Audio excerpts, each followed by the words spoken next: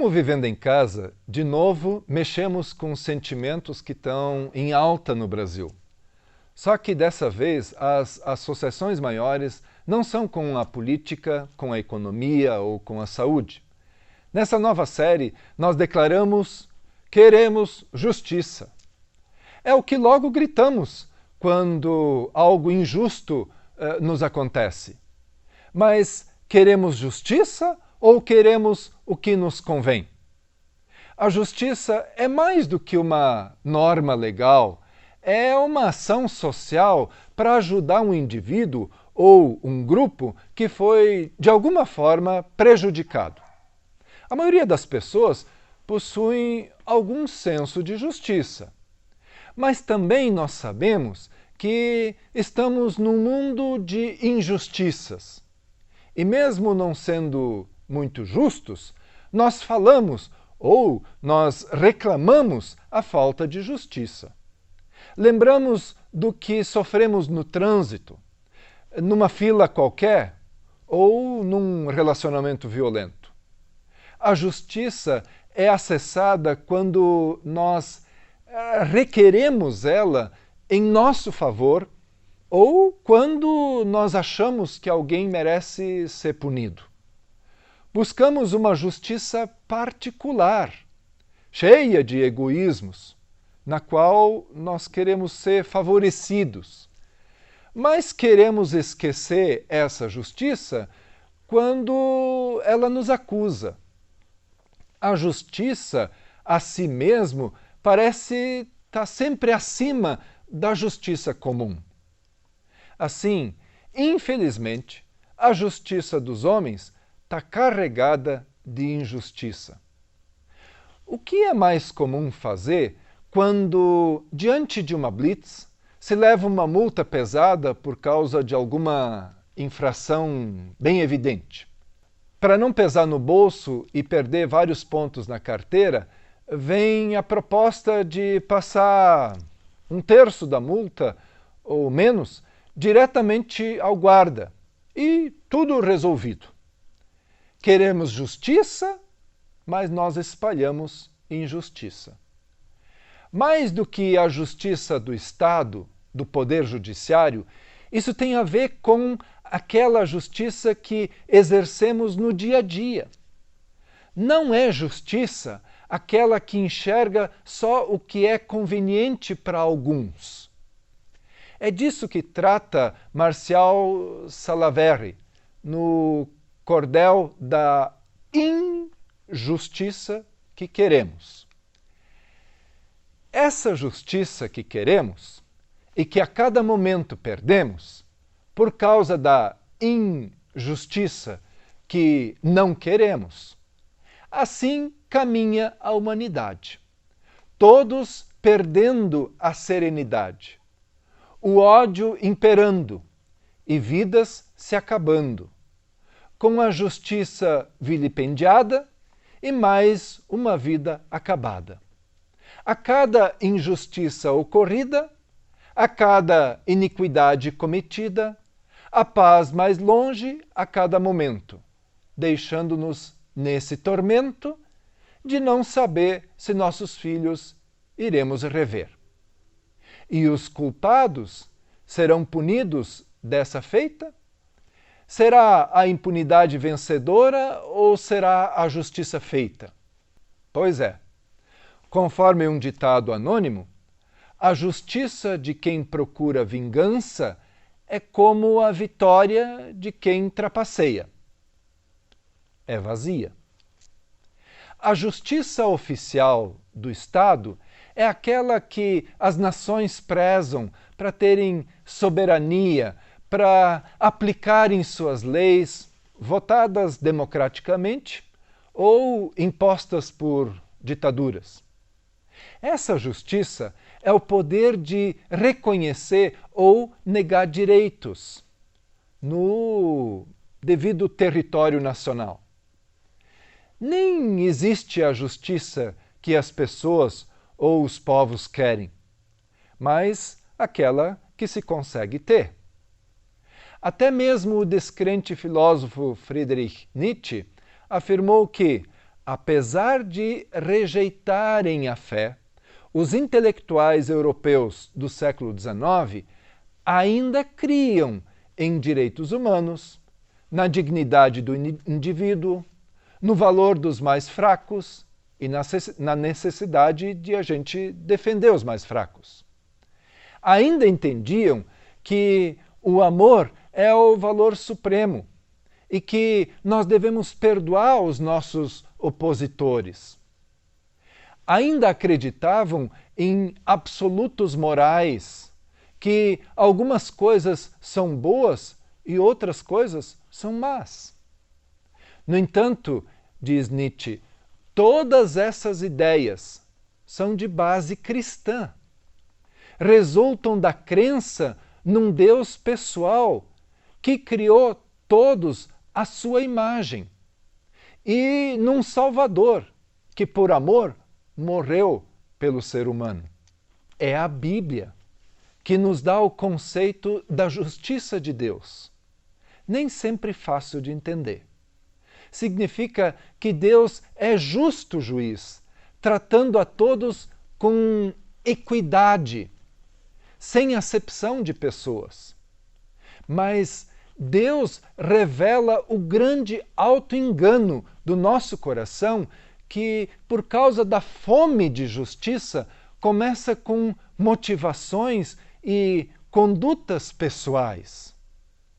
Só a indignação por certos problemas pode não resultar numa justiça social. O apóstolo Tiago diz: sejam todos prontos para ouvir, tardios para falar e tardios para irar-se, pois a ira do homem não produz a justiça de Deus. Observe que em várias manifestações de 2020, lá nos Estados Unidos, foram destruídos monumentos históricos. Mas, ao lado das preocupações legítimas contra o racismo, houve muito descontrole e também muita hipocrisia.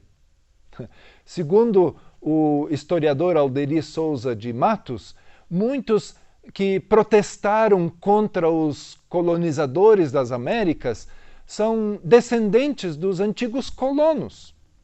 E alguns moram no que pertencia aos nativos daquelas regiões.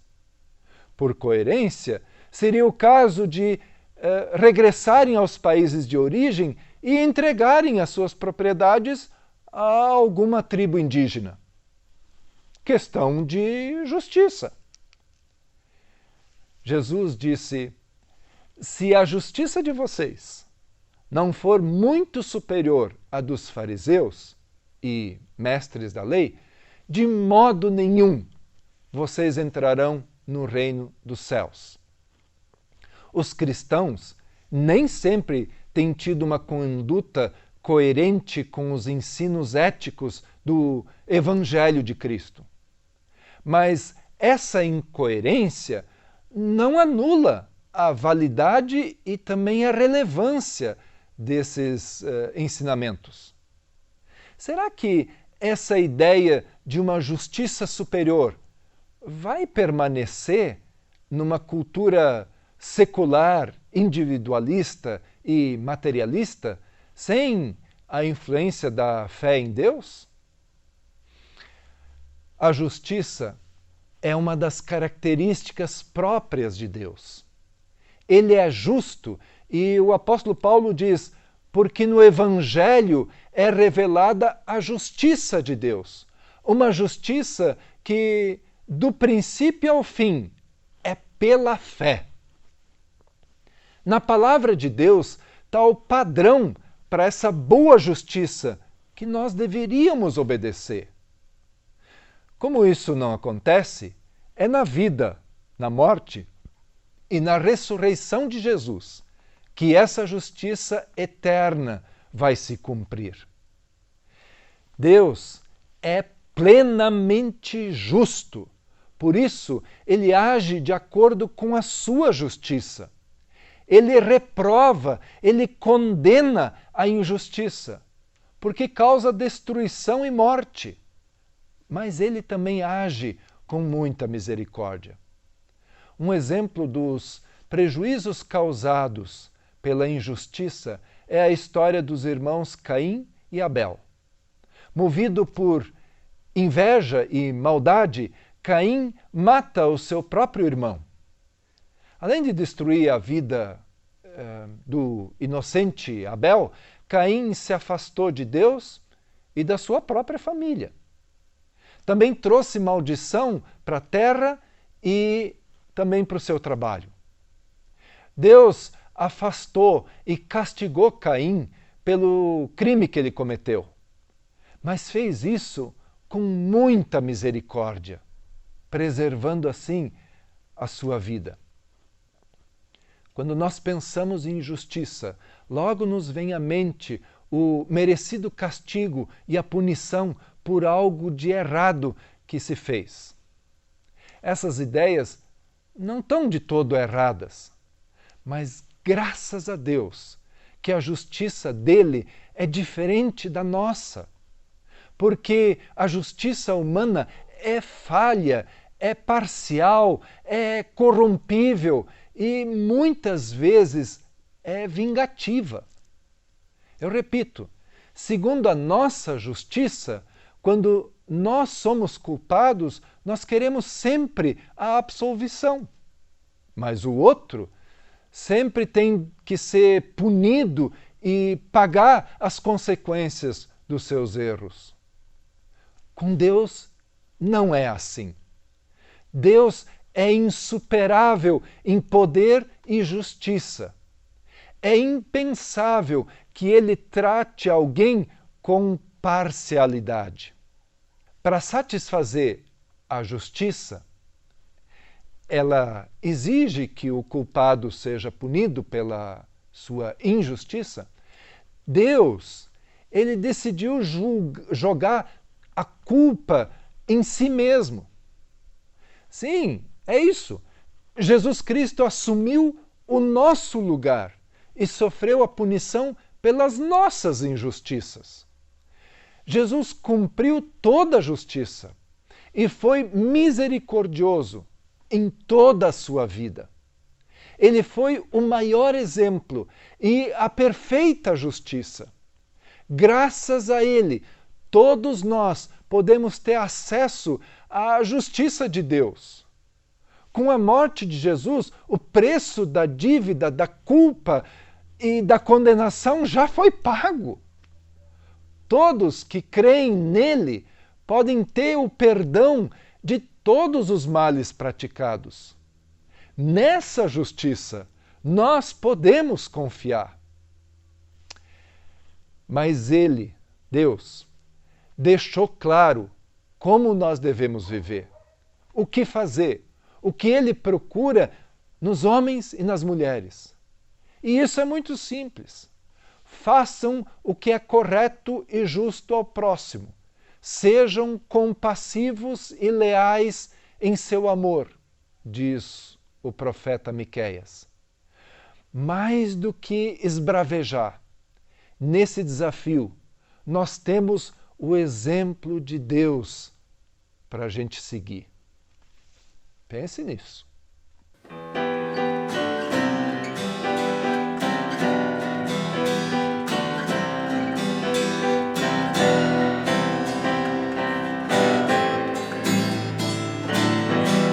Quem conhece a liberdade, a quem o próprio Deus chamou,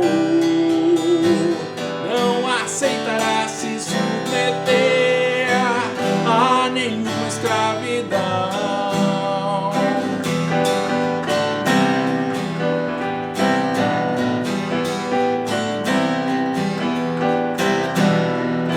Mas lá vem eles pra nos ensinar o que se pode, não se pode fazer.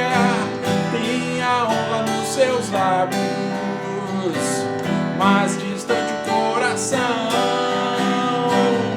Os doutores da lei permanecem inertes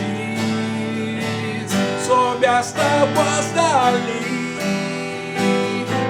criadas pelas próprias mãos.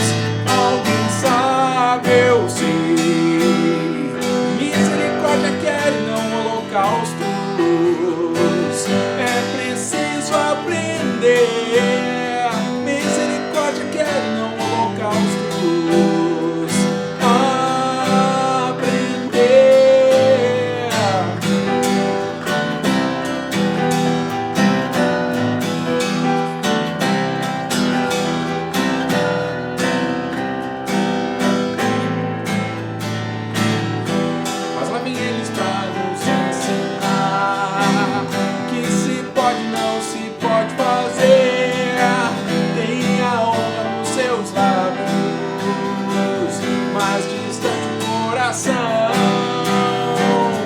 Os doutores da lei permanecem inertes sob as tábuas da lei, criadas pelas próprias mãos. Alguém sabe, eu sei, misericórdia quer e não holocaustos. É preciso aprender, misericórdia quer e não holocaustos. Aprender, misericórdia quer e não holocaustos. É preciso aprender, misericórdia quer e não holocaustos.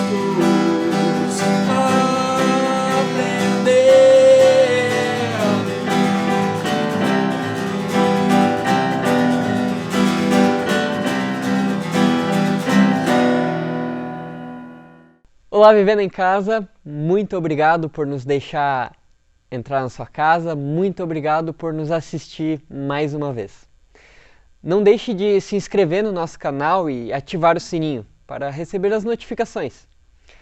Nesse domingo, vamos nos reunir mais uma vez para orar via Zoom às 19h30.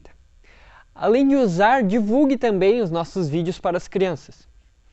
E entre em contato para saber mais sobre o grupo de adolescentes, o Sub-15. Queremos também incentivar você a se integrar em nosso grupo de oração no WhatsApp. Ligue para conversarmos a respeito. Muito obrigado e até mais!